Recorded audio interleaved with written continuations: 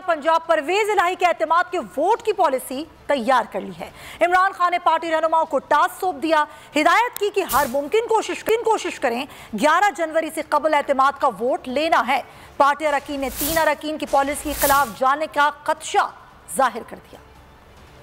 कप्तान की कॉल पर खिलाड़ी बेकरार, परवेज इलाही पर एतमाद की मोहर लगाने को तैयार। पंजाब असेंबली में किसने क्या हिकमत अमली अपनाना है? इमरान खान ने पार्टी रहनुमाओं को टास्क सौंप दिए।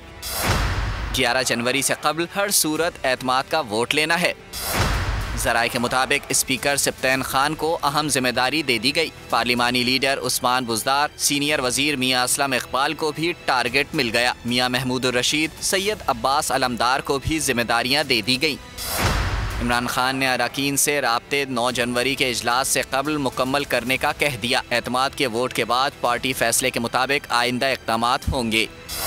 अरकान ने 3 अरकान के पार्टी पॉलिसी के खिलाफ जाने का खदशा जाहिर कर दिया। क़यादत के मुताबिक ऐवान में 187 अरकान की हिमायत हासिल है।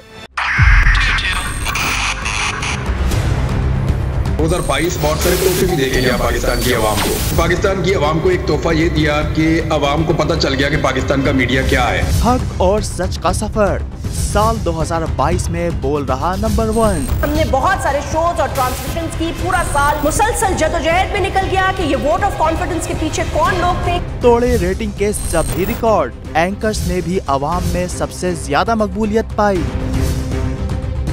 और सोशल मीडिया पर भी बोल रहा सब पर भारी। सब्सक्राइब करें और बेल दबाएं ताकि कोई खबर रह न जाए।